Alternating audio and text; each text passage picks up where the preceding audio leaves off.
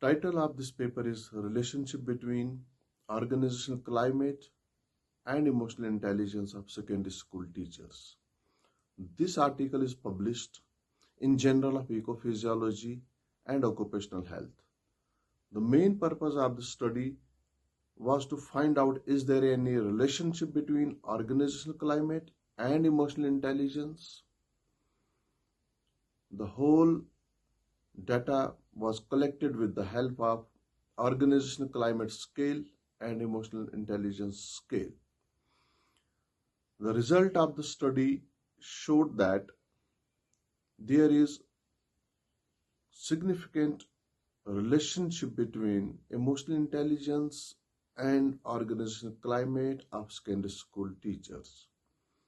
Thus, null hypothesis that there is no significant relationship between organizational climate and emotional intelligence is rejected. Further, the effect size, commonness between the variable is 19%. It means two variables share 19% variance between them. In a nutshell, organizational climate plays an important role for increasing and decreasing the level of emotional intelligence.